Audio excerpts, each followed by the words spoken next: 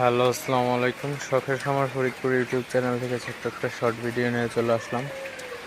আজকে হচ্ছে আমার ব্রয়লার মুরগির বয়স 28 দিন। 28 দিন সকালের আপডেট আপনাদের সাথে শেয়ার করি। তো আপনারা দেখতে পাচ্ছেন আমার মুরগিগুলা পুরা ঘরে ছড়িয়ে ছিটিয়ে রয়েছে এবং মুরগিগুলা আল্লাহর রহমতে খুবই ভালো আছে, সুস্থ আছে। তো ওয়েদারটা প্রচুর পরিমাণে খারাপ, তো রাত থেকেই বৃষ্টি হইতেছে।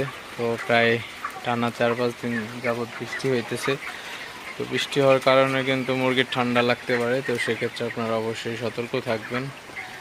তো মুরগির ঘরের সাইড পর্দা আমি কিন্তু দেখেন হালকা খুলে দিছি এবং হালকা ফাঁকা রাখছি যাতে একটু আলো বাতাস ঢুকতে পারে, এবং মাঝে কিন্তু একটা সাদা বাল্ব লাগাই দিছি।